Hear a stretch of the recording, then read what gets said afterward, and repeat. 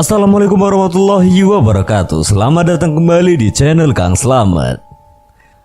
Pada kesempatan kali ini Kang Slamet akan membawakan kisah yang berjudul Sukma Geni. Cerita ini adalah lanjutan dari cerita Widarpa Dayu Sambara tentang Bimo Sambara bersama Nyai Suratmi yang mencari keberadaan Eyang Widarpa. Untuk yang belum nonton Danan dan Cahyo series dari awal, Kang Slamet saranin untuk mendengarkannya terlebih dahulu ya, supaya kalian paham dengan alurnya, karena ceritanya akan saling bersangkutan dan kalian akan paham dengan alur ceritanya. Gak usah berlama-lama lagi, langsung saja kita masuk ceritanya. Sukma Geni. Ribunya dedaunan menutupi jalan setapak menuju ke tengah pedalaman hutan yang diselimuti oleh kegelapan. Bimo, sini obornya, pinta Mas Bisma yang segera berjalan mendahului masuk ke dalam semak dedaunan itu. Hati-hati Mas, katanya makhluk itu bersarang di sini. Aku mencoba memperingatkan Mas Bisma yang hanya dibalas dengan anggukan. Kami berjalan dengan hati-hati melalui jalan menurun dipenuhi bebatuan yang cukup licin. Di sekitar kami hanya terlihat pepohonan dengan berbagai tanaman setinggi tubuh kami. Kui to tempat deh. Iya katanya Mas, ada batu yang ditumpuk di atas tanah. Tepat pada saat kami mendekati tumpukan batu itu, suara tawa melengking terdengar menggema ke seluruh hutan. Hati-hati Mo, dia di sini, ucap Mas Bisma yang juga merasakan adanya sosok makhluk yang mendekat ke arah kami. Jauh dari dalam kegelapan hutan, samar-samar terlihat oleh kami sosok makhluk berwujud wanita dengan daster merah panjang yang sudah bercampur dengan darah. Wajahnya terlihat tertawa, namun tatapan matanya tak mampu berbohong. Ia berniat mencelakai kami. Seketika itu juga lampu oborku mati dan suasana menjadi terasa menjadi mencekam. Mbak, kami gak berniat nyakitin, ucapku dengan polosnya. Tak lama setelahnya tubuhku mendadak tidak bisa bergerak. Aku tidak lagi melihat sosok wanita itu dan segera menyadari bahwa sosok itu mencoba merasukiku. Mas Bisma segera mendudukkanku di tanah dan membacakan doa yang sering diajarkan pada kami untuk mengusir sosok itu dari tubuh. Apa mau di hutan ini? Ucapku di luar kesadaranku, sementara Mas Bisma mencoba menolongku. Mbak, kami hanya ingin mencoba menenangkan mbaknya, biar mbak gak usah gentayangan di desa lagi. Apa urusanmu? Aku tidak akan tenang kalau yang membunuh aku belum mati. Sudah, tenang ya mbak, orang itu sudah ditangkap polisi, biar dihukum sepantasnya.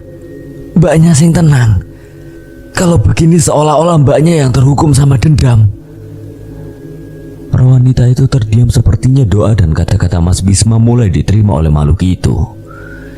Aku tidak punya siapa-siapa yang mendoakanku, ucap roh itu melalui tubuhku. Mas Bisma menarik nafas lega ketika satu roh sudah mulai menyampaikan kegelisahannya. Berarti kami selangkah lebih maju untuk bisa menenangkannya. Kami akan mendoakan dan memakamkan kembali jasad mbaknya dengan layak. Kami janji, ucap Mas Bismo. Aku merasakan bawa-bawa tenang dari makhluk dalam tubuhku. Mas Bisma membacakan doa dengan lebih khusyuk, sementara aku mengikutinya dalam hati, berharap roh ini bisa segera tenang dan keluar dari tubuhku. Sadurunge aku lunga, aku njaluk gedang goreng sing anget. Sontak Mas Bisma memukul kepalaku menanggapi keisenganku. Bisa-bisanya bercanda di kondisi kayak begini. Aku tertawa, memang ucapan tadi hanya keisenganku saja. Saat sadar bahwa roh wanita itu sudah tenang dan meninggalkan tubuhku, sayangnya ternyata Mas Bismo tidak mudah dikelabuhi.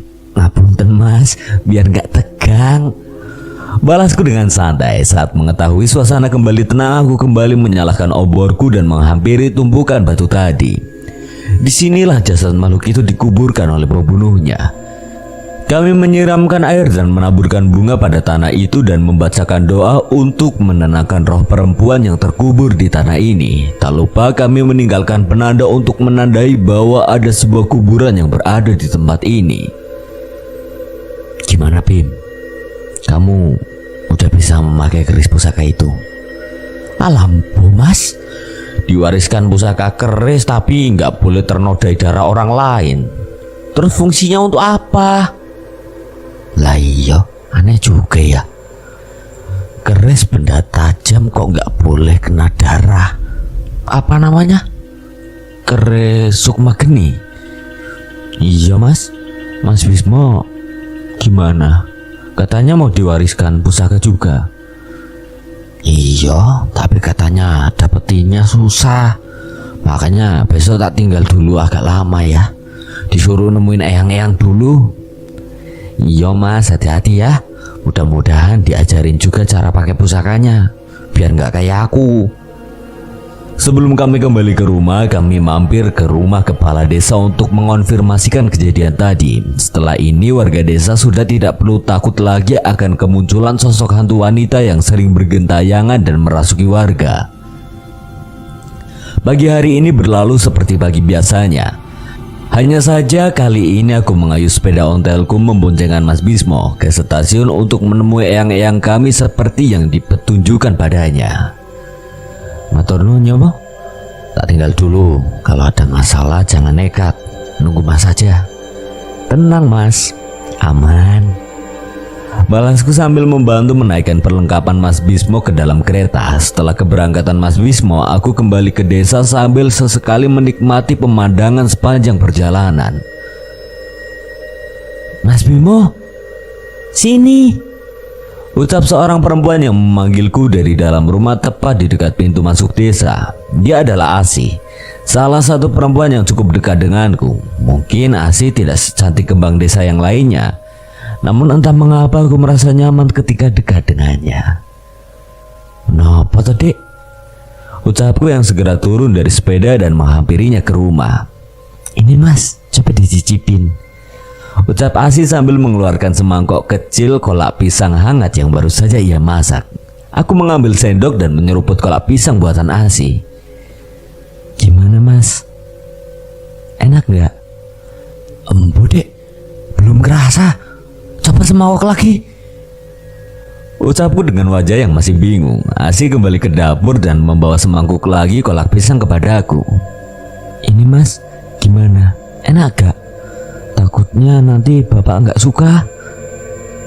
Jelas enggak. Enggak enak kalau cuma makan satu mangkok. Sekarang baru enak. Jawabku sambil menghabiskan mangkok kedua yang disuguhkan Asi. Alah dalah mas, tak kira tenanan. Lah lagian kamu aneh. Udah tahu masakanmu paling enak sekampung, pakai minta pendapat segala. Asi tersenyum malu mendengar perkataanku tadi. Wajahnya yang tersipu membuatnya terlihat manis. Jauh lebih manis dari kolak pisang yang kumakan barusan. Masakanku enak, kan gurunya juga hebat. Ucap Asi sambil melirik ke belakangku. Aku segera menoleh dan sosok itu kembali muncul di belakangku. Sosok seorang wanita berumur dengan pakaian Jawa sederhana yang sesekali menampakkan wujudnya di sekitarku dengan paras yang ayu. Dia adalah Nyai Suratmi, roh leluhurku yang masih belum tenang. Ia mengikutiku bersamaan setelah aku diwariskan keris sukma geni oleh eyangku. Eyang, tumben tiba-tiba nongol. Ucapku yang cukup kaget dengan kehadirannya lagi. Asi, coba lihat tangan Bimo. Coba kamu yang bilangin. Sudah dibilang suruh sabar, masih aja nekat. Ucap roh Nyai Suratmi pada Asi. Dengan segera Asi mengecek tanganku yang memang sedari tadi kusembunyikan. Beberapa luka sayatan terlihat di tanganku yang memang sengaja kusayatkan dengan keris sukma geni. Ora, iki ora popo. Cuma bagian dari latihan kok. Ucapku yang berusaha menyembunyikan luka ini dari Asi. Mas, ini luka apaan lagi? Kok serem sih? Tanya Asi dengan wajah khawatirnya. Ia menatapku dengan matanya yang sayu. Sungguh aku lemah dengan hal seperti ini. Sudah dibilang kekuatan keris sukma geni akan menitis saat sudah dibutuhkan. Walau darahmu sudah terpilih, bukan berarti kamu bisa menggunakan kekuatannya sebebas-bebasnya. Ya tapi kan Eyang, Bimo cuma takut kalau saat kekuatan keris ini dibutuhkan, ternyata Bimo belum bisa menggunakannya. Mas Bimo, tenang aja, ikuti nasihat Eyang. Lagi pula Tuhan pasti memberikan permasalahan sepaket sama solusinya. Kalau memang keris itu belum bisa digunakan, mungkin memang bukan itu keris itu yang menjadi jalan keluarnya. Entah mengapa ucapan Asih kali ini bisa sedikit membuka pikiranku, namun hal itu tetap saja tidak bisa menampik kenyataan bahwa keris pusaka ini tidak ada gunanya.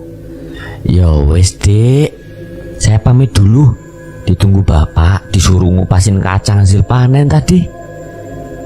Hati-hati mas, ucap Asih yang mengantarku sampai depan rumahnya. Sesekali aku menengok ke belakang ke arah Asih yang menungguku pergi hingga tak terlihat dari pandangannya. Sesampainya di rumah, aku sudah disambut dengan sekumpulan tanaman kacang hasil panen kebun kami. Sebelum mendengar ocehan bapak, aku segera mengambil posisi di salah satu sudut teras dan mulai memisahkan kacang dengan daunnya dan mengupasnya seperti yang biasa kami lakukan setiap panen. Mo, Asih baik ya, ucap Nyai Suratmi yang muncul samar-samar di sekitarku. Iya yang baik banget. Nek karo aku cocok gak? Cocok. Eyang juga suka sama Asih. Yo, tapi itu aku cuma anak petani, dia anak pedagang sukses. Malu aku Eyang. Gak gitu cara kerjanya cinta. Mau dengar ceritanya Eyang zaman muda dulu gak? Aku mengangguk. Lagi pula aku juga punya cukup banyak waktu sambil untuk mendengarkan kisah Eyang. Dulu Eyang hidup di zaman kerajaan sebagai juru masak untuk prajurit. Sudah jelas saat itu Eyang hanya kasta bawah di antara perempuan lainnya. Terus istimewanya apa Eyang? Eyang kakumu, Dayu. Dia sering main ke dapur nyolong makanan, ngakunya prajurit kerajaan. Eyang kasihan, jadinya ya Eyang masakin. Sampai ada satu kejadian yang hampir membuat desa Eyang diserang oleh salah satu patih yang berkhianat. Saat itu barulah Eyang kakumu itu ketahuan bahwa dia adalah salah satu patih besar kerajaan saat melindungi desa Eyang. Di situ Eyang tahu semuanya. Selama ini dia mengaku sebagai prajurit agar bisa mendekati Eyang yang hanya rakyat biasa. Yang pasti entah Dayu itu prajurit, patih atau hanya petani biasa pun, Eyang sudah senang dengan keberadaan Dayu di sisi Eyang. Terlihat wajah Eyang Suratmi setengah tersenyum mengenang kejadian masa hidupnya dulu. Setelah mendengar cerita itu wajar saja, walaupun sudah berpindah alam, Eyang Suratmi masih ingin mengetahui keadaan kekasihnya itu. Tenang Eyang, Bimo janji akan bantu Eyang nemuin Eyang Dayu. Eyang Suratmi tersenyum dan menoleh ke arahku. Bukan hanya itu yang ingin Eyang sampaikan. Dulu Dayu siap menerima Eyang dengan kondisi seperti itu. Ingat, cinta tidak mengenal kasta. Itu juga berlaku untuk kamu dan Asih. Iya Eyang, sekarang Bimo ngerti. Setidaknya Bimo berusaha dulu untuk jadi pendamping yang lebih pantas buat Asih. Sekali lagi Eyang Suratmi tersenyum dan perlahan menghilang seperti biasanya. Hampir seharian ini aku menghabiskan waktu dengan mengupas kacang, sementara bapak masih merapikan sisa-sisa daun yang akan diambil tetangga untuk pakan ternak. Saat maghrib tiba, aku bersiap membersihkan tanganku dan masuk ke dalam. Namun tiba-tiba seseorang berlari menghampiri rumah kami dengan terburu-buru. Mas Bimo, itu mas, ucap Bu Rukmi yang mencoba mengatur nafasnya. Kenapa tuh Bu? Asih, bapaknya Asih pulang dengan keadaan aneh. Aku dan bapak saling bertatapan dan segera masuk ke rumah, mengganti pakaian yang layak dan menghampiri rumah Asih. Asih, bapak kenapa sih? Tanyaku sementara bapak menghampiri ayah Asih yang tergeletak lemas di kamarnya dengan beberapa warga desa yang menemaninya. Gak tahu mas, bapak pulang sendirian dengan keadaan begitu. Tiba-tiba Asih nemuin bapak tergeletak di depan rumah. Sudah tenang, biar Mas Bimo periksa. Aku menghampiri bapak yang sedang memeriksa ayah Asih bersama dengan beberapa warga desa. Di sana terlihat seorang pria yang selama ini ku kenal gagah dan sangat baik dengan warga desa tergeletak dengan tubuh yang lemah dan ujung-ujung jari yang menghitam. Gimana pak? Fisiknya nggak ada luka, hanya jarinya yang menghitam. Coba kamu yang periksa Mo. Aku memegang pergelangan tangan ayah Asih dan membuka mata batinku untuk memastikan apa ada hal gaib yang membuat ayah Asih hingga seperti ini. Dengan penerawanganku, samar-samar terlihat kekuatan hitam yang merasuk ke tubuh ayah Asih yang membuatnya menjadi seperti ini. Bimo nggak bisa mastiin pak, tapi sepertinya ada teluh yang menyerang Bapak Asih. Terus gimana? Kamu bisa nolong? Bimo coba dulu. Satu persatu aku memijit jari bapak Asih sambil membacakan doa-doa penyembuh yang diajarkan oleh eyang-eyang kami. Perlahan satu persatu jari itu memutih seperti semula. Awalnya aku cukup lega, namun rupanya tak berapa lama tangan itu kembali menghitam bersamaan dengan aliran kekuatan hitam yang merasuki tubuhnya. Tidak bisa Bimo, teluh itu hanya bisa dihilangkan dengan menghentikan pengirimnya. Samar-samar terdengar suara Eyang Suratmi dari belakangku. Sepertinya Asih juga menyadari kehadirannya. Aku menghapus keringat yang menetes di dahiku setelah berkali-kali mencoba menyembuhkan Bapak Asih. Maaf pak, teluh ini tidak bisa dihilangkan kecuali pengirimnya dihentikan. Ya sudah, tidak usah memaksakan diri, ucap bapakku. Tak lama setelahnya mata Bapak Asih terlihat melotot dan berteriak sekejang-kejangnya. Sepertinya ia merasakan sakit yang berlebihan hingga mengguncangkan kesadarannya. Bapak, ucap Asih dengan suaranya yang payah. Aku segera membacakan doa dan mencoba menenangkan Bapak Asih dan mencoba mengalirkan tenagaku untuk melindunginya dari ilmu hitam ini. Nggak bisa pak, Bimo harus nyari sumbernya. Bimo gak tahu apa yang akan terjadi setelah malam ini. Tepat setelah kejadian itu terdengar suara seseorang berlari memasuki rumah Asih. Asih! Teriak orang itu yang segera dihampiri oleh Asih. Ngapunten, maaf Yose, kami gak bisa nolongin bapakmu, ucap seorang pria yang seumuran Bapak Asih yang datang bersamaan beberapa temannya. Sepertinya mereka adalah teman-teman dari Bapak Asih. Ini sebenarnya ada apa toh pak? Kenapa bapak bisa jadi begini? Saat mendengar mengenai wabah itu, kami memutuskan untuk kembali. Namun bapakmu memaksa untuk tetap ke sana dengan alasan ingin mengantarkan beberapa bahan makanan untuk menolong warga desa itu. Kami sudah melarangnya, tapi bapakmu malah menyuruh kami pulang dan masuk seorang diri ke desa itu. Beberapa hari kami menunggu di desa sebelah, namun tidak ada kabar kembalinya bapakmu. Sampai baru tadi ada yang menginfokan bahwa ia sudah pulang dengan kondisi seperti ini.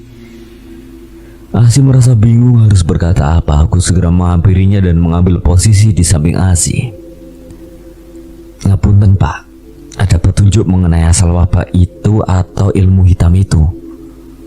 Orang-orang itu saling menatap sebelum akhirnya memutuskan untuk bercerita.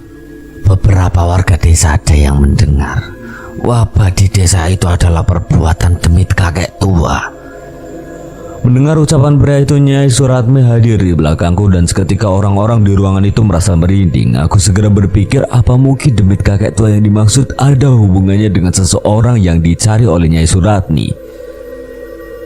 Coba kamu tanyakan di mana lokasi desa itu, bisik Eyang Suratmi.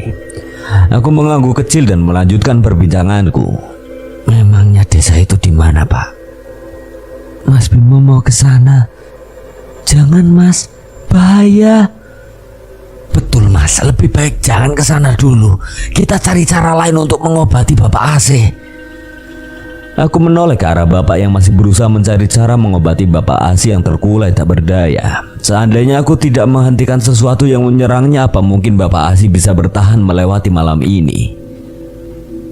Enggak mas, saya enggak akan gegabah, hanya mencari tahu asal penyakit itu dan mencari petunjuk.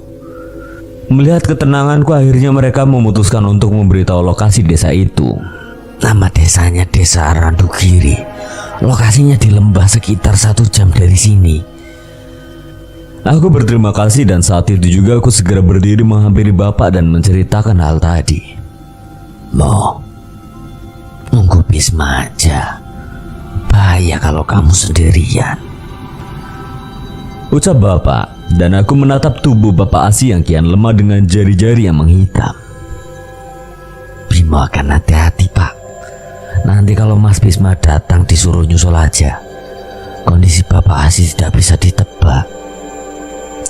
Bapak tahu kamu dan Bisma punya kelebihan yang tidak dimiliki oleh bapak. Tapi bapak juga gak mau kalian celaka karena kelebihan kalian itu. Iya pak, Bimo ngerti kok. Bimo akan menjaga diri baik-baik. Mas, bener mau ke sana? Tenang Asih, aku gak sendirian. Yang Suratmi ikut kok. Kalau aku kelewatan, dia yang akan ngingetin. Mendengar ucapan itu, Asi sedikit tenang. Ia memintaku menunggu sebentar dan menyiapkan dari dapur perbekalan seadanya. Malam semakin larut dan aku masih mengayuh sepeda ontelku yang sudah dilengkapi dengan lampu dinamo yang sedikit bisa memberi penerangan di gelapnya malam. Desa Randugiri, sebuah desa yang terbelah dengan aliran sungai dan lebatnya hutan tak jauh di belakangnya. Suasana sepi terasa di desa ini. Hampir tidak ada orang yang keluar rumah, namun terlihat nyala lampu di hampir setiap rumah. Bimo, hampir semua rumah di desa ini terkena serangan ilmu hitam. Iya, Yang. Bimo juga sadar. Belum sempat aku melangkah lebih jauh, samar-samar aku menyadari ada sosok yang memperhatikanku dari salah satu atap. Makhluk itu memiliki tubuh hitam dengan rambut yang hampir sepanjang tubuhnya, dengan bulatan bola mata yang hampir keluar dari tempatnya. Yang menjijikan, lidah dari makhluk itu menjulur panjang dan meneteskan liurnya di setiap tempat yang ia lewati. Aku berpikir mungkin saja makhluk itu yang menyebabkan teluh di desa ini. Aku berhati-hati menapaki jalan sambil mengawasi makhluk itu. Sayangnya sepertinya makhluk itu berniat mencelakaiku dengan melompat ke bawah dan melemparkan liurnya. Sepertinya liur itu yang ia gunakan untuk mengirimkan kutukannya. Beruntung aku bisa melihatnya dan menghindar. Namun bila orang awam yang tidak bisa melihatnya, mungkin mereka tak mampu menghindarinya dan celaka dengan teluh dari makhluk ini. Tak mau mengambil resiko, aku membacakan doa dan ayat suci untuk membakar makhluk itu hingga suara raungan terdengar ke seluruh desa. Makhluk itu kesakitan seperti terbakar dan menghilang dari hadapanku. Warga yang mendengar raungan itu mengintip melalui jendela mencari tahu apa yang terjadi, dan setelahnya cepat-cepat menutup kembali jendelanya saat mendengar suara aneh yang sepertinya tidak bisa mereka lihat wujudnya. Ternyata kesialanku baru saja dimulai. Kali ini tidak hanya satu, ada lebih dari 10 makhluk seperti tadi yang sudah bersiap di atas atap rumah untuk menyerangku. Aku gentar dengan jumlah makhluk sebanyak itu. Makhluk-makhluk itu merayap di atap dan dinding rumah seolah bersiap untuk mengeroyokku. Aku sudah membayangkan apa yang terjadi apabila makhluk menjijikan ini mengerubuti tubuhku. Saat itu juga aku menjatuhkan sepedaku dan segera berlari mencari tempat perlindungan. Beberapa kali aku menggedor pintu rumah, namun tidak ada yang berani membukakan. Malam seperti ini sama sekali tidak pernah bisa kubayangkan. Dikejar sekumpulan demit di desa yang baru saja kudatangi. Mungkin benar kata Asi, aku terlalu nekat. Sepanjang aku berlari, aku membacakan doa-doa berharap agar makhluk itu tidak bisa menyentuhku. Beruntungnya saat makhluk itu hampir mendekat, tiba-tiba seorang anak wanita keluar dari dalam rumah dan menyuruhku masuk ke dalam rumahnya. Dari tingginya aku mengira anak ini masih berumur belasan tahun. Kesini mas. Ucap anak wanita itu, aku berlari masuk ke dalam rumah yang ternyata sudah terdapat beberapa tanaman dan benda-benda yang dibenci oleh makhluk seperti ini. Secepat mungkin aku merogoh tas kainku, mengambil segenggam garam, membacakan doa lalu menaburnya ke pekarangan rumah ini. Ayo tutup pintunya. Sesekali aku mengintip keluar dan menyaksikan makhluk-makhluk tadi tidak mendekati rumah ini dengan perlindungan sederhana yang kubuat di sini. Terima kasih yo. Nama kamu siapa? Kamu tinggal sama siapa di sini? Saya Dini. Saya tinggal sendiri. Lah, orang tua kamu di mana? Sudah nggak ada. Saat itu juga aku tertegun bagaimana bisa anak ini hidup sendirian. Saat keadaan sudah mulai aman, Dini menceritakan mengenai orang tuanya yang meninggal karena serangan dari makhluk itu. Namun sebelum bercerita lebih jauh, tiba-tiba terlihat seseorang berjalan berhati-hati mendekati rumah ini. Dini, kamu gak apa-apa? Ucap seorang pria yang mengetuk rumah Dini. Gak apa-apa, Kang. Teriak Dini sambil membukakan pintu. Aku sedikit memberikan anggukan menyambut kedatangan pria itu. Maaf mas, masnya datang dari mana ya? Ucap pria itu yang sepertinya sudah akrab dengan Dini. Sepertinya ia sedikit curiga kepada aku. Iya, saya belum memperkenalkan diri. Saya Bimo dari desa yang gak jauh dari sini. Ayah dari teman saya sakit setelah dari tempat ini. Saya datang untuk mencari tahu sumber penyakit itu. Dini menatap pria itu dan mengangguk seolah memberi isyarat. Saya Umar, salah satu pengurus desa ini. Saya dan istri saya yang dipercaya untuk memantau kebutuhan Dini. Mohon maaf sebelumnya, saya agak khawatir ada seseorang yang masuk ke rumah Dini. Iya Mas Umar, saya mengerti sekali kok. Tapi terima kasih, kalau tidak ada Dini, mungkin saya sudah celaka oleh makhluk-makhluk itu. Panggil aja Kang Umar. Saya asli Jawa Barat tapi sudah lama tinggal di sini. Berarti masnya bisa melihat makhluk itu juga. Aku mengangguk. Dari pertanyaannya aku menyimpulkan bahwa ia juga bisa melihat makhluk itu. Kang Umar tahu mereka itu makhluk apa? Sudah, duduk dulu saja. Biar Dini buatkan minuman sambil saya ceritakan. Mendengar ucapannya, aku mengambil posisi duduk yang nyaman sambil sesekali mengintip melalui jendela untuk memastikan keadaan di luar. Semua ini perbuatan demit kakek tua itu. Tiba-tiba dia muncul di desa ini dengan demit-demit itu dan menyebarkan teluh hampir setiap rumah. Ada satu orang yang terkena penyakit aneh itu. Aku menyeruput kopi yang diantarkan oleh Dini. Hangatnya kopi ini sedikit membantu mengembalikan nafasku setelah dikejar-kejar dengan demit tadi. Berarti bukan demit-demit tadi sumber masalahnya? Tanyaku. Kang Umar menggeleng. Lantas apa tujuan dari demit kakek itu? Entahlah mas. Tiba-tiba dia datang ke tengah-tengah keramaian desa, berjalan dengan baju compang-camping dan bau yang sangat menyengat. Sontak warga yang merasa terganggu segera mengusirnya, namun kakek itu mengaku bahwa dia adalah warga di desa ini. Merasa tidak ada yang mengenalnya, warga lanjut mengusir kakek itu dari desa dengan kasar. Memangnya kondisinya kakek itu separah itu, Kang? Parah mas, seolah dia baru kembali dari sebuah tempat yang jorok dan mengerikan. Nah, ceritanya belum selesai. Setelah kejadian itu malamnya saat semua warga sudah tertidur, kakek itu datang lagi ke desa. Warga mengetahuinya, namun tidak peduli. Kakek itu berjalan ke sumur desa dan seolah menarik sesuatu dari dalam. Saat itulah petaka dimulai. Mendadak ada warga yang sakit dengan gejala yang aneh di mana jari-jarinya menghitam, seolah tidak teraliri darah. Semakin hari korban semakin bertambah. Saat saya mencoba mencari tahu, ternyata ini adalah ulah makhluk-makhluk suruhan demit kakek tua itu. Kini aku mengerti bahwa sumber utama permasalahan ini adalah demit kakek tua itu. Sambil menikmati kopi hitam, aku mengulik lebih dalam tentang jenis penyakit yang dialami warga dan di mana keberadaan demit kakek tua itu. Di tengah perbincanganku dengan Kang Umar, samar-samar aku merasakan firasat yang sangat membuatku tidak nyaman. Aku mencoba mencari tahu namun tidak dapat kupastikan. Sampai saat malam semakin larut, tiba-tiba terdengar suara teriakan dari salah satu rumah warga. "Tolong! Tolong!"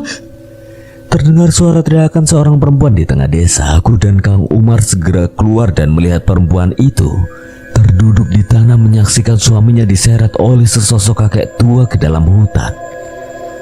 Kami segera menghampiri wanita itu dan beberapa warga mengejar kakek tua itu. Kakek itu mau membunuh Mas Tri, suami saya. Tolong Mas. Apa yang terjadi? Bagaimana kakek itu bisa menyerang Mas Tri?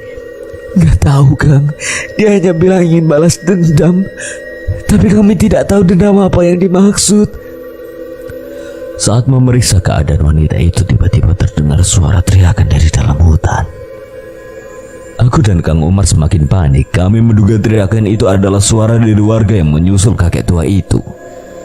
Tanpa berbicara sedikit pun, Kang Umar segera menyusul ke dalam kegelapan hutan tempat asal suara itu.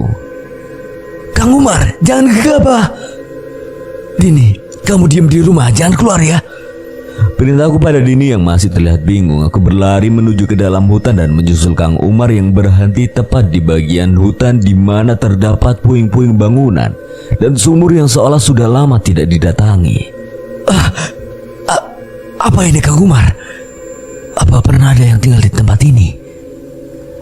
Entah Mas Bimo, saya juga pendatang. Ini pertama kali saya masuk sedalam ini ke hutan.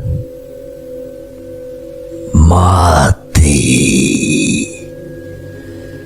Terdengar suara seseorang menggema lirih entah dari bagian mana dari hutan ini. Harus mati. Suara itu diikuti dengan teriakan seseorang yang terjatuh dari atas pohon. Aku dan Kang Umar yang melihat hal itu segera berlari menangkap pria yang jatuh itu. Beruntung tidak terjadi benturan pada tubuhnya.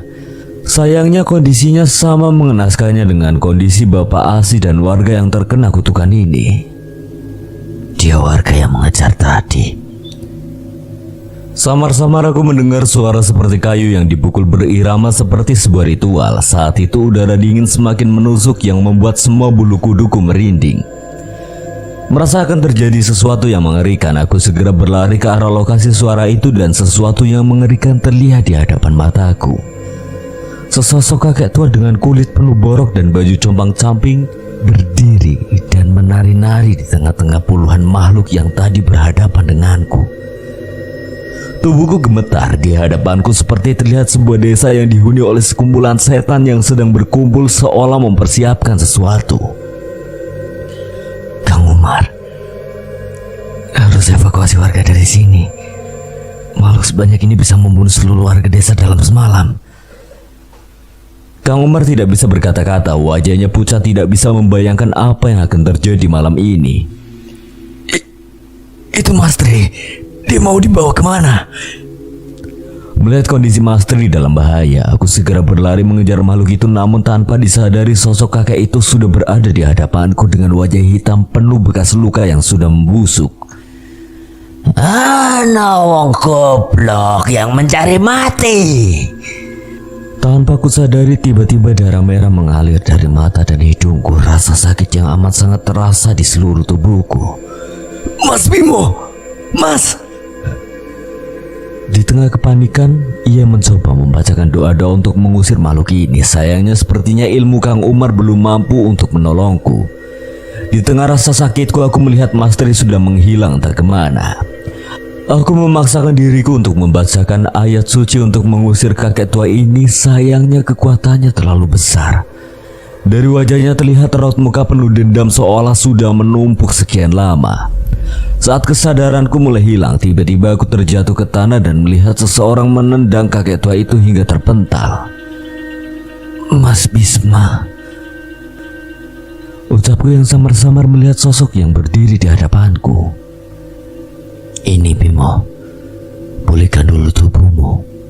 Ucap seseorang yang menyerahkan sebotol air untuk kubacakan doa dan kuminum. Itu bukan Mas Bisma. Itu suara Jagat. Pasti bapak yang memintanya datang ke sini. Aku membacakan mantra pemulih pada air yang dibawakan oleh Jagat dan meminumnya untuk membersihkan tubuhku dari kutukan makhluk itu. Siapa kamu setan tua? Ucap Jagat yang terlihat kesal. Aku berdiri di sampingnya sembari mempersiapkan diri. Dengan keberadaan Jagat, aku sedikit lebih percaya diri menghadapi kakek tua. Kalian salah paham. Warga desa itu memang pantas mati. Mereka lah yang memaksaku menjadi seperti ini. Maksudmu apa, kakek tua?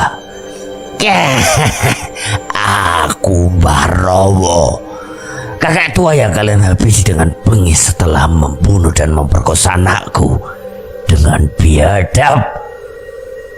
Tunggu, kakek ini warga desa Randukiri. Aku dan Jagat segera menoleh ke Kang Umar. Barowo, aku pernah mendengar. Aku pernah dengar ceritanya. Dia orang yang dituduh sebagai dukun yang ditangkap dan akhirnya dihabisi oleh warga desa yang emosi saat seorang bayi hilang dari desa. Jelas Kang Umar. Anak tidak bersalah. Kalian menggunakannya untuk melampiaskan nafsu kalian dan membunuhnya. Kalian juga membakar tubuhku dan membuang tubuhku di rawa yang dipenuhi ular. Sekarang aku akan membalas semua yang kalian lakukan. Jagat tidak menunggu lama dan segera menyerang kakek tua itu dengan ilmunya. Apapun alasanmu, semua itu bukanlah alasan untuk mencabut nyawa seseorang. Katakan itu pada mereka yang menghabisi keluargaku. Saat ini ilmu bela diri Jagat masih jauh di atasku. Aku membantunya dengan membacakan amalan api yang kuharap bisa melemahkan Bahrowo itu. Dengan bantuan Mas Jagat kami bisa melumpuhkan Bahrowo hingga terpental cukup jauh.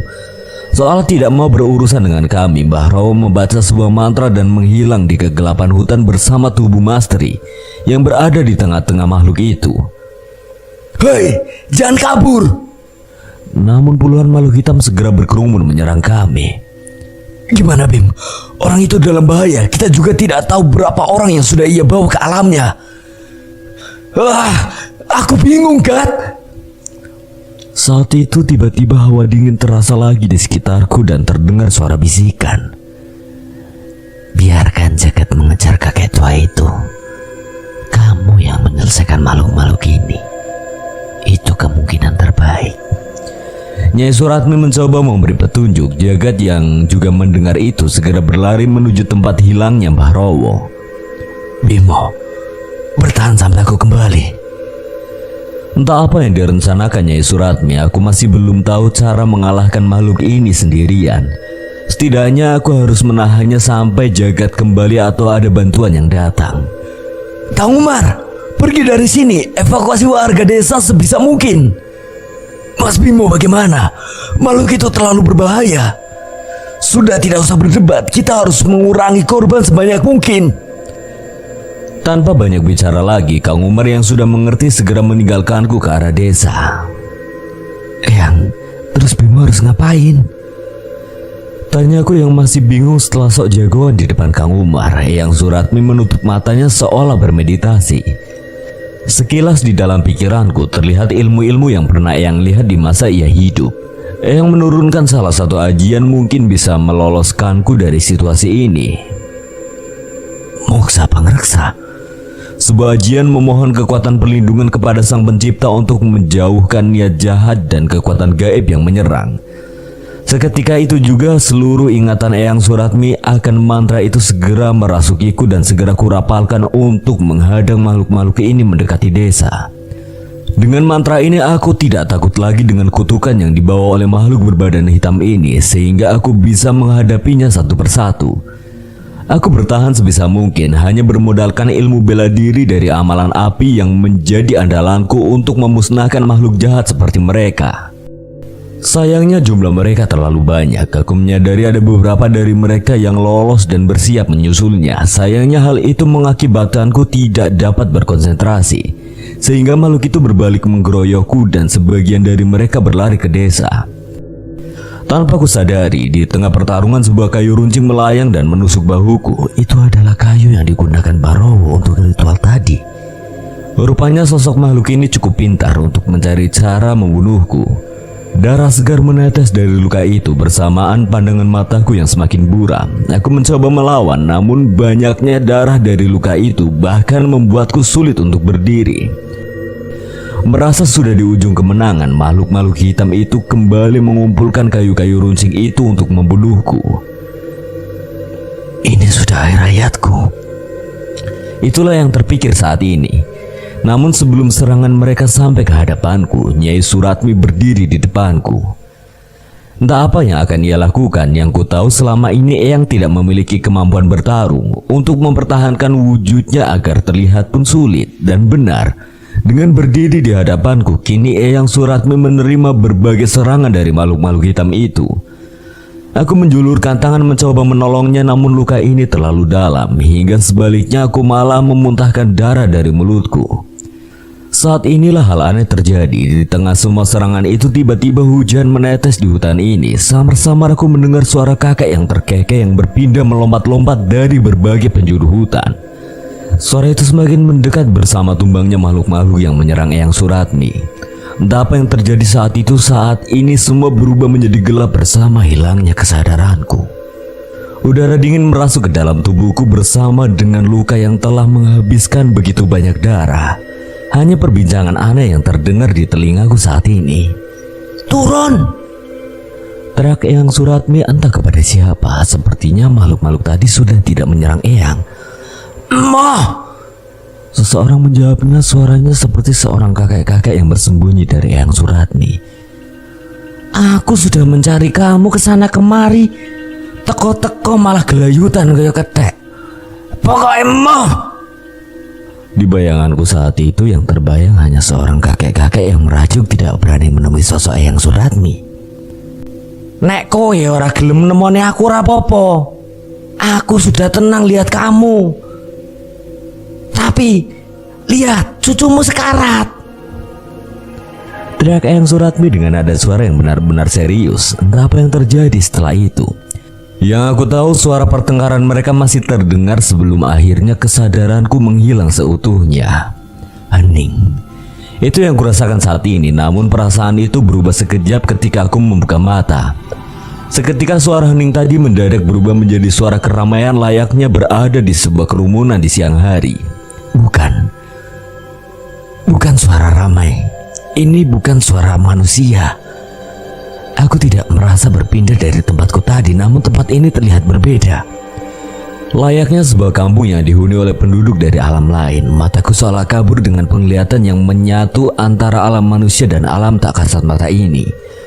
Begitu juga pendengaranku yang sulit membedakan antara suara dari alam manusia dan suara dari alam lain. Bimo! Seketika suara jagat terdengar dengan lantang hingga sesuatu seolah menarikku. Sekali lagi aku membuka mata dan kali ini yang terlihat adalah Kang Umar Mas Jagat yang sepertinya sedang merawat lukaku di rumah Dini. Akhirnya. Gat, ini di mana? Eyang di mana? Warga desa? Sudah, kita harus tinggalkan desa ini dulu secepatnya. Ucap Mas Jagat yang ternyata sudah membereskan semua barang-barang kami. Maksudmu gimana? Warga desa kenapa? Ini sudah di luar kemampuan kita. Aku memaksakan diriku untuk berdiri menghampiri Jagat sembari menahan luka di bahuku untuk meminta penjelasan. Namun tanpa sempat berbicara sepatah kata pun, Jagat malah menarikku menatap ke arah luar jendela dan menyaksikan apa yang terjadi di sana. Tidak seperti keadaan desa sebelumnya, kini banyak warga yang bergelimpangan di jalan dengan tubuh menghitam dan memuntahkan berbagai macam benda. Di sekitarnya terlihat makhluk hitam utusan Bahrowo yang mengantarkan semua penyakit itu kepada mereka. Kita harus tolong mereka. Jagat, walaupun hanya satu nyawa kita harus tolong mereka. Sebagian warga berhasil dievakuasi sama Kang Umar. Di desa sebelah, keluarga Kang Umar dan Dini juga ada di sana. Yang bisa kita lakukan sekarang hanya mundur. Tepat saat meninggalkan desa, tiba-tiba terdengar suara tertawa terkekeh Mbah Rowo yang merasa puas dengan semua yang ia lakukan. Aku terbakar emosi saat melihat kejadian itu di mana Mbah Rowo berdiri di atas warga desa yang bergelimpangan di jalan-jalan desa. Sesekali terlihat Mbah Rowo menginjak kepala warga dan meludahi orang-orang yang menyiksa dan membunuh keluarganya itu. Kami menjauh sejauh mungkin dari kegilaan itu, namun samar-samar aku melihat Kang Umar menangis dan meneteskan air mata. Tenang Kang, kita akan mencari bantuan. Akan kita selamatkan mereka. Kali ini aku yang mencoba menenangkan Kang Umar, namun tangisan Kang Umar itu seolah menandakan bahwa ia mengetahui sesuatu yang tidak ku ketahui. Tidak Mas, tidak ada lain waktu. Seluruh warga desa yang terkena teluh Mbah Rowo akan mati saat matahari terbit. Balas Kang Umar yang terus berusaha menahan tangisnya namun gagal. Sontak saat itu juga aku berhenti. Maksud Kang Umar, kita sudah tidak mungkin menyelamatkan warga desa ini. Ini memang pilihan berat Bimo, tapi ini adalah pilihan terbaik untuk saat ini. Ucap Jagat. Tidak ada yang salah dalam ucapan Jagat. Tujuan utamanya adalah keselamatan kami dan warga yang masih bisa diselamatkan. Tapi perasaanku tidak bisa berbohong. Ada sesuatu yang mengganjal yang tidak membiarkanku meninggalkan warga desa mati di sana. Aku menatap Jagat dan Kang Umar. Bimo, kamu jangan gila! Teriak Jagat yang sudah membaca maksudku. Ada satu cara, Kat. Seandainya ini berhasil, aku bisa menyelamatkan mereka semua. Apa maksudmu? Gak akan aku biarkan kamu bertaruh sendiri. Aku mengambil sebuah benda dari tas kainku, sebuah benda yang terlilit kain lusuh untuk menjaganya dari benturan. Keris Sukma Geni. Kalau keris ini memang memiliki takdir tersendiri hingga diwariskan kepadaku, harusnya sekaranglah saatnya. Tidak ada artinya pusaka ini diturunkan kepadaku apabila tidak untuk menolong mereka yang membutuhkan kekuatannya. Baik, aku temani. Aku menahan Jagat yang berusaha mendekat ke arahku. Jelas aku ragu untuk bisa menggunakan kekuatan keris ini. Saat ini keselamatan Jagat dan Umar jangan sampai dipertaruhkan. Tidak Mas, antarkan Kang Umar dan cari bantuan. Itu cara terbaik saat ini. Melihat kebulatan tekadku, Kang Jagat seolah mengerti, namun aku merasakan bahwa Jagat memiliki rencana lain. Kami pun bersiap dan aku kembali ke desa Randugiri yang sudah seperti desa mati dan dihiasi dengan suara-suara warga yang kesakitan. Mas, tolong Mas. Suara itu terdengar dari seorang laki-laki tua yang tergeletak di pelataran rumahnya. Tubuhnya membentuk corak. Corakannya seperti membusuk di beberapa bagian saja. Matanya yang menguning menatapku dengan melas. Aku mendekat dan membacakan doa untuk memulihkan keadaannya. Namun sama seperti Bapak Asih, kutukan ini tidak akan pulih sampai aku bisa mengalahkan Mbah Rowo yang merupakan empu dari telu ini. Ngapunten ya Pak, akan saya selesaikan ini semua. Ucapku yang segera berdiri dengan berat hati meninggalkan pria yang masih merasa kesakitan itu. Aku menelusuri kampung dan terhenti di sebuah rumah tua yang sudah hancur. Sebuah rumah dengan tembok anyaman bambu dengan pondasi bambu yang sudah lama rusak. Ada perasaan yang mengerikan saat aku melewati rumah ini. Aku mencoba mengintip ke pintu bangunan yang tidak tertutup itu. Ada sebuah cahaya dari lampu minyak yang menerangi ruangan di bangunan itu. Tolong. Suara memelas terdengar dari dalam bangunan itu. Awalnya aku menduga itu adalah suara korban serupa dari warga desa. Namun ternyata aku salah. Tepat di dalam ruangan itu terlihat sosok salah seorang roh warga desa yang menjadi rebutan di antara makhluk-makhluk hitam. Mereka menggigiti tubuh roh itu, mencakar dan menarik memperebutkan roh itu seolah akan terbagi menjadi beberapa bagian. Entah apa yang terjadi di sana. Seolah roh itu adalah tumbal yang diberikan kepada makhluk itu untuk diperlakukan seenaknya oleh setan-setan itu. Aku tidak lagi mampu menahan amarahku. Saat itu juga aku membacakan ajian Muksa Pangreksa, melindungi diriku dari niat jahat dari makhluk ini dan membacakan amalan api untuk membakar habis makhluk-makhluk di dalam bangunan itu. Sayangnya di tengah seranganku sudah muncul seseorang yang merupakan asal muasal dari semua petaka ini, Mbah Rowo. Ia keluar dengan membawa kepala salah seorang warga desa yang rohnya sedang dipermainkan oleh setan-setan tadi. Menyambut kedatanganku, ia melemparkan kepala itu ke arahku hingga menggelinding tepat di depan kakiku. Saat menoleh ke bawah, aku terjatuh. Kepala itu tidak dalam kondisi utuh. Matanya sudah bolong dengan bekas darah yang sudah mengering terlihat dari setiap lubangnya. Biadab kau! Biadab! Dia yang telah memperkosa satu-satunya anakku yang tidak bersalah. Lalu kamu puas dengan melakukan hal ini? Kau sudah tahu jawabannya. Takkan ada yang terpuaskan oleh dendam. Ucap Mbah Rowo dengan tertawa. Ia sudah termakan oleh nafsunya dan menjual jiwanya pada setan. Aku sudah tidak mau berpanjang lebar lagi. Berkali-kali aku membacakan amalan api, mencoba menenangkan makhluk-makhluk di sekitarku satu demi satu. Entah tanpa tahu apa itu semua akan berarti, Mbah Rowo hanya terus tertawa terkekeh melihatku yang masuk ke dalam bangunan tua itu. Sementara setan-setan suruhannya berkali-kali mencoba menyerangku, entah dengan cakaran, gigitan, hingga berkali-kali kekuatan hitam memberikan rasa panas di kulitku. Tanpa sadar aku sudah tidak lagi dapat merasakan apapun dari kakiku yang telah menghitam. Tak sedikit darah menetes dari luka-lukaku yang ada di tubuh. Namun aku tidak pernah berhenti memohon perlindungan pada Yang Maha Pencipta atas semua hal yang aku terima ini. Apapun yang terjadi pada diriku, aku sudah tidak peduli. Aku hanya berkali-kali membacakan mantra pembakar yang sekiranya bisa mengurangi jumlah makhluk-makhluk ini. Saat itu yang terdengar di desa Randugiri hanya bacaan doa dan ayat-ayat suci yang terus kulantunkan untuk mengusir setan-setan ini. Sampai di akhir kesadaranku, aku mencoba kemungkinan terakhir untuk menggoreskan jariku pada keris pusaka sukma geni yang diwariskan kepadaku. Kali ini aku merasakan ada sebuah kekuatan aneh yang mengalir ke keris ini. Sebuah rasa hangat seolah menyatu dengan genggamanku. Aku pikir ini akan berhasil, namun tidak. Aku terjatuh dengan tubuh yang sudah dipenuhi oleh kutukan dari makhluk ini. Bocah brengsek, apa yang sudah kau lakukan? Ucap Mbah Rowo yang terlihat heran dengan keadaan sekitar. Sesuatu membuatnya terlihat begitu kesal. Aku tidak sadar dengan apa yang terjadi. Rupanya dari ratusan doa dan ayat suci yang aku lafalkan hingga kondisiku seperti ini, semua itu berhasil menghabisi dan mengusir seluruh sosok setan pengikut Mbah Rowo yang sebelumnya memenuhi desa ini. Sedikit lagi, ucapku yang memaksakan diri untuk berdiri menghadap satu-satunya musuh yang terlihat di hadapanku.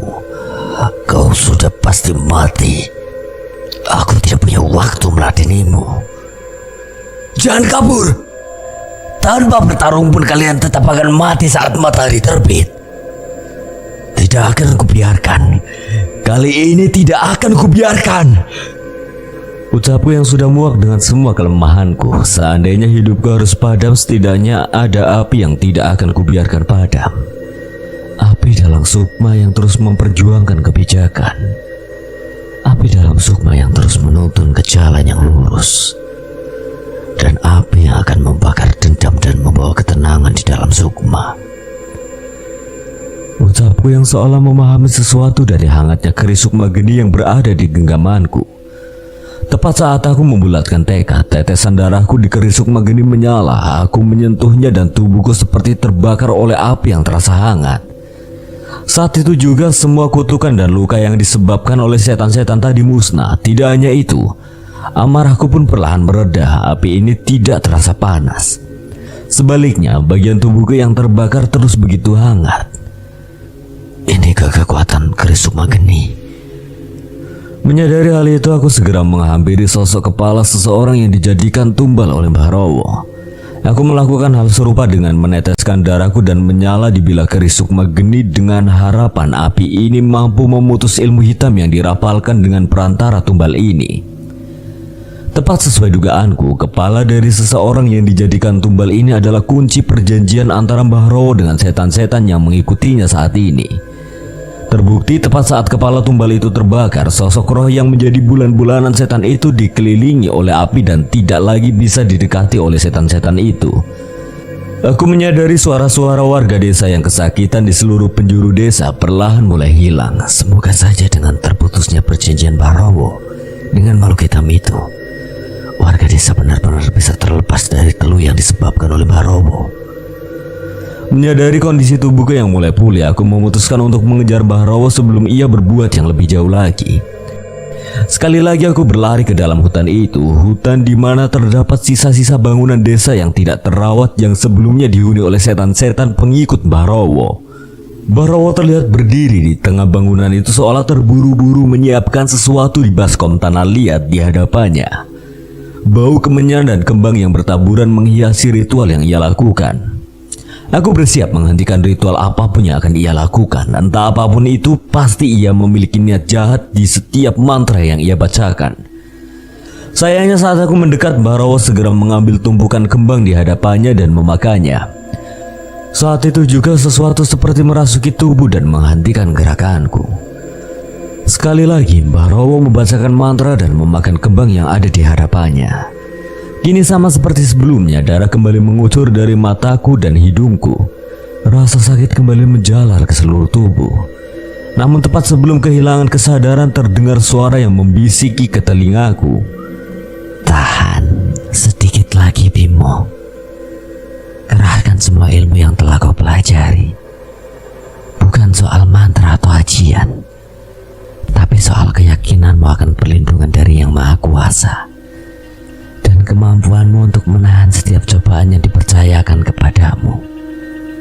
Mendengar ucapan itu, aku tidak lagi menggantungkan nyawaku pada ilmu yang kupelajari. Hanya doa dan doa yang kupanjatkan kepada Yang Maha Pencipta.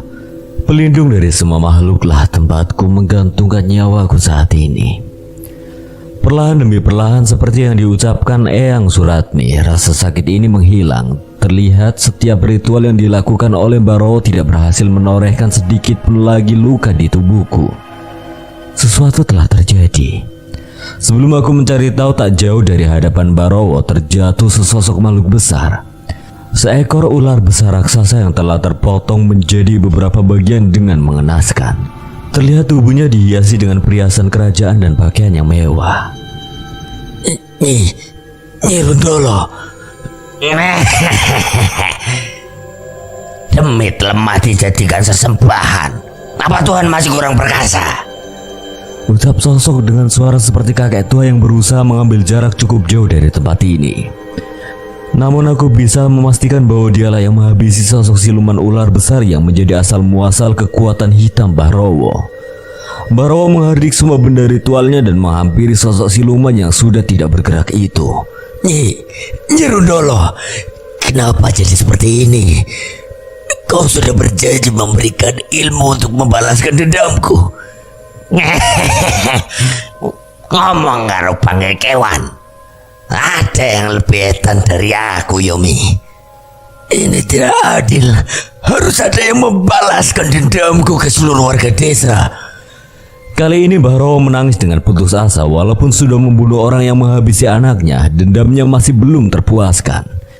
Ia pun menoleh ke arah bangkai ular besar itu dan merencanakan sesuatu. Aku tidak peduli. Aku akan menjual jiwaku pada siapapun yang bisa membantu membalaskan dendamku. Tepat setelah ucapan itu, tiba-tiba Barowo kembali menghilang ke dalam kegelapan hutan, mencoba untuk melarikan diri. Aku mencoba mengejarnya, namun tiba-tiba Barowo terpental oleh sesuatu dari kegelapan hutan. Enak saja mau kabur. Aku tahu itu adalah suara jagat. Kali ini ia muncul dari sebuah tempat yang terhubung dengan alam roh bersama seseorang yang ia papa. Jagat, itu Mastri kan? Kamu berhasil nolongin dia? Aku nggak mau kalah dari kamu. Sebelumnya aku gagal mencari keberadaan Mastri yang akan jadi tumbal cadangan Barowo.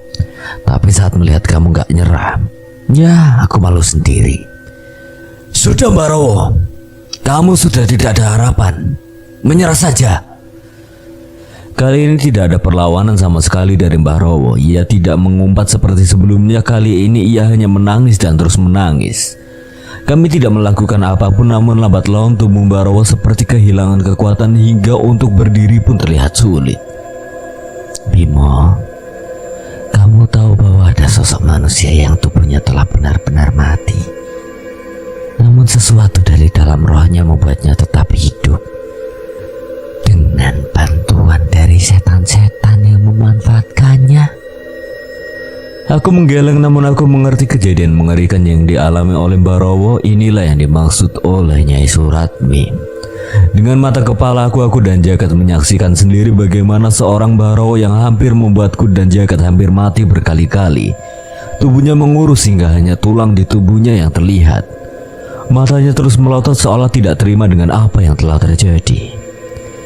Satu yang ku tahu, di balik semua proses kematiannya, Barowo merasakan kesakitannya amat sangat, namun tubuhnya sudah sama sekali tidak dapat menampung rasa sakit yang ia terima dari perbuatan yang ia lakukan sendiri. Itu hanya yang terlihat.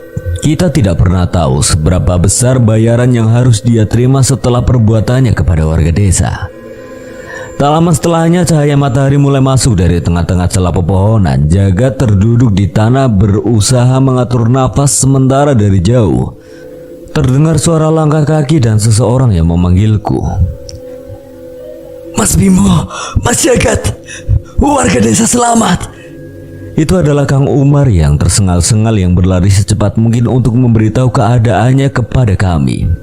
Sayangnya aku tidak memiliki tenaga lagi untuk menjawab dan memilih untuk jatuh terbaring di dinginnya rerumputan hutan yang seketika menjadi indah dengan sinar cahaya mentari pagi ini.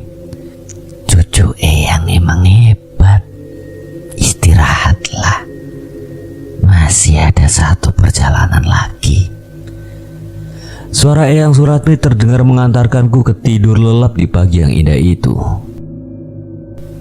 Mas Bimo mau kemana toh? Baru aja sembuh. Ucap Asih yang menghadangku di dekat pintu masuk gerbang desa. Mau menapaki jalan menjadi pendekar. Jawabku setengah iseng sekedar untuk tidak membuat Asih khawatir. Ya sudah, jadi pendekarnya jangan lama-lama. Nanti yang nyicipin masakan Asih siapa? Tenang Asih, Kakanda cuma mau beli telenan di depan desa yang di rumah pecah. Perginya nanti siang naik pit ontel. Capek kalau jalan kaki. Aku memang sudah pamit sama bapak untuk pergi sehari semalam sesuai petunjuk Nyai Suratmi. Dan karena kepergianku tidak selama Mas Bisma, bapak dengan santainya memberiku izin. Elah dalah, ya wes sebelum pergi mampir rumah Asih dulu. Asih masak sayur asem. Jelas aku mengiyakan perkataan Asih. Tidak ada perjalanan yang lebih penting daripada mampir ke rumah Asih untuk mencicipi makanannya.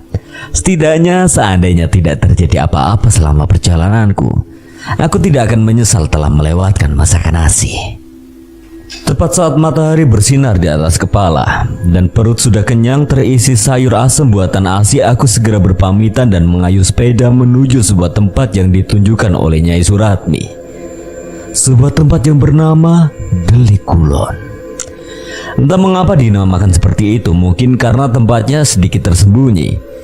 Tempat ini berlokasi di antara 4 penjuru hutan dengan 4 jenis tumbuhan yang berbeda. Tempat yang asri, namun aku menebak bahwa di malam hari tempat ini akan berubah menjadi mencekam. Di bawah rimbunnya dedaunan samar-samar aku melihat bayangan Nyai Suratmi yang tengah menunggu dan memandang ke beberapa arah. Dia di sini, Eyang. Yang kumaksud adalah suami Eyang Suratmi yang selama ini ia cari. Eyang pun mengangguk mengiyakan. Dia belum mau bertemu Eyang. Tapi Eyang mengerti. Kami sudah ratusan tahun tidak bertemu. Mungkin kami sama-sama malu. Atau mungkin apa, Eyang? Sudah. Ini adalah perjalanan terakhir Eyang. Eyang tidak mau merepotkan cucu-cucu Eyang lebih lama lagi. Aku melihat ke mata Eyang Suratmi. Itu adalah tatapan mata yang ikhlas. Ia tahu dengan jelas alasan kekasihnya itu tidak ingin menemuinya, namun tetap saja pasti masih ada yang mengganjal di hatinya. Mungkin ini adalah tugas terakhirmu. Tolong tangkap Eyang Dayu dan bawa ke sini. Aku sedikit tertawa mendengar permintaan Eyang Suratmi, sebuah permintaan yang aneh dari seorang istri, seolah suaminya adalah anak nakal yang harus dijewer dan dimarahi olehnya. Namun aku tahu, ini bukanlah perkara mudah. Serahkan padaku, Eyang. Eyang Suratmi tersenyum. Jangan remehkan Eyang leluhurmu itu. Biar bagaimanapun dia juga seorang pati loh. Aku sedikit menenangkan sukmaku, berusaha berkonsentrasi mendengar suara-suara di sekitarku. Sedikit-sedikit aku mulai mengenali suara pepohonan dan pergerakan hewan hutan hingga aku menyadari ada pergerakan aneh yang sedikit menggores batas alam di hutan itu. Di situ, aku segera berlari ke arah salah satu pohon besar. Sesosok bayangan terlihat bergegas meninggalkan tempat yang aku tuju. Sangat cepat. Aku mengulang hal serupa dan terus mengejar ke arah bayangan itu, namun semuanya nihil. Tidak mudah kan? Akan lebih mudah kalau saya bisa bergerak selincak kera, Eyang. Terus kamu menyerah. Aku tidak menjawab dan terus mencari cara untuk mengejar bayangan itu hingga nafasku hampir habis. Eyang Dayu, kenapa harus kabur? Nanti Eyang Dayu yang akan menyesal kalau Eyang Suratmi sudah tenang. Tidak ada sedikit pun jawaban yang aku dengar, namun dari jauh aku melihat sosok bayangan kakek itu juga sedang menahan bimbang dengan perilakunya. Kakekmu itu dikutuk oleh sebuah ajian yang membuatnya berubah menjadi demit. Saat kutukan itu kumat, dia tidak mengenali orang dekatnya dan bisa mencelakainya. Jadi itu alasan Eyang meninggalkan keluarganya. Tapi perjalanan denganmu membuka mata Eyang bahwa tidak sekalipun Eyang Dayu meninggalkan keluarganya. Eyang tersadar saat setan anak Bambarawa mencoba menyakiti Eyang. Eyang Dayu muncul tiba-tiba untuk menolong Eyang. Dan satu lagi, kakakmu Bisma telah berhasil mendapatkan kekuatan dari pusaka yang diwariskan kepadanya, keris Raga Sukma. Eyang mau menghabiskan hidupnya untuk menciptakan mantra leluhur untuk melindungi keturunan-keturunannya, kata Eyang Dayu. Jangan sampai hanya kebodohan dan kegilaanku saja yang kuturunkan pada cucu-cucuku. Biar mereka tahu bahwa leluhur mereka bukan cuma kakek gila yang doyan makan. Eyang Suratmi menceritakan itu dengan mata yang berkaca-kaca. Di balik tingkah laku Eyang Dayu yang seenaknya, Eyang Suratmi masih sangat mengaguminya dari hati yang terdalam. Eyang, Bimo gak mau nyerah. Tanpa menunggu respon dari Eyang Suratmi, aku segera mengambil sepeda ontelku dan meninggalkan Eyang Suratmi di tempat itu bersama Eyang Dayu yang masih enggan untuk mendekatinya. Saat itu langit memerah dengan begitu indah, seolah menggambarkan kisah Eyang Suratmi dan Eyang Dayu yang tidak cerah namun juga tidak kelam. Di hati mereka masing-masing, mereka mengetahui betapa indahnya perasaan kekasihnya itu tanpa ragu sedikit pun. Saat ini aku hanya perlu mengisi sedikit rasa yang memang sudah sangat kuat itu agar tidak ada penyesalan di antara mereka berdua. Eyang, aku kembali. Entah sudah pukul berapa saat itu, namun bulan purnama bersinar dengan terang di tengah-tengah Delik Kulon yang merupakan titik pertemuan dari keempat hutan. Apa itu, Bimo? Tanya Eyang Suratmi yang bingung dengan bungkusan kain besar yang kubawa. Aku berlari ke dalam hutan, bukan untuk mengejar Eyang Dayu, melainkan untuk mencari beberapa kayu kering yang kukumpulkan di tengah tanah yang lapang. Dengan sedikit tersenyum, aku membangun sebuah perapian dengan panci yang barusan kuambil dari rumah. Sayur asam, Eyang. Buatannya Asih. Ini resep Eyang kan? Ucapku yang mulai menghangatkan sayuran buatan Asih itu. Aku mengipaskan masakan Asih agar tercium hingga ke seluruh penjuru hutan. Samar-samar aku melihat bayangan Dayu yang melirik ke arah masakan ini. Kamu tahu kan, Bimo? Demit gak makan ginian. Demit biasa emang enggak, Eyang. Kalau demit yang satu itu siapa tahu kan? Entah aku tidak tahu ini akan berhasil atau tidak, namun malam itu aku habiskan dengan menikmati sayur asam buatan Asih, tentunya dengan resep turun-temurun dari Eyang Suratmi. Sambil sesekali meledek Eyang Dayu yang malu-malu tapi terlihat sangat mau untuk menghampiri tempat ini. Sayangnya sampai aku kenyang, Eyang Dayu pun tetap pada pendiriannya. Aku dan Eyang Suratmi sudah pasrah. Setidaknya perbincangan kami berdua tadi sudah cukup bisa mengobati rindu Eyang Suratmi pada Eyang Dayu. Tanpa membereskan sisa makananku, aku pun memilih untuk tidur di bawah sinar rembulan dan berselimutkan kisah indah dari leluhurku ini. Terdengar samar-samar suara panci yang tersenggol di tengah kantukku. Aku memaksakan untuk membuka mata. Entah ini ilusi atau bukan.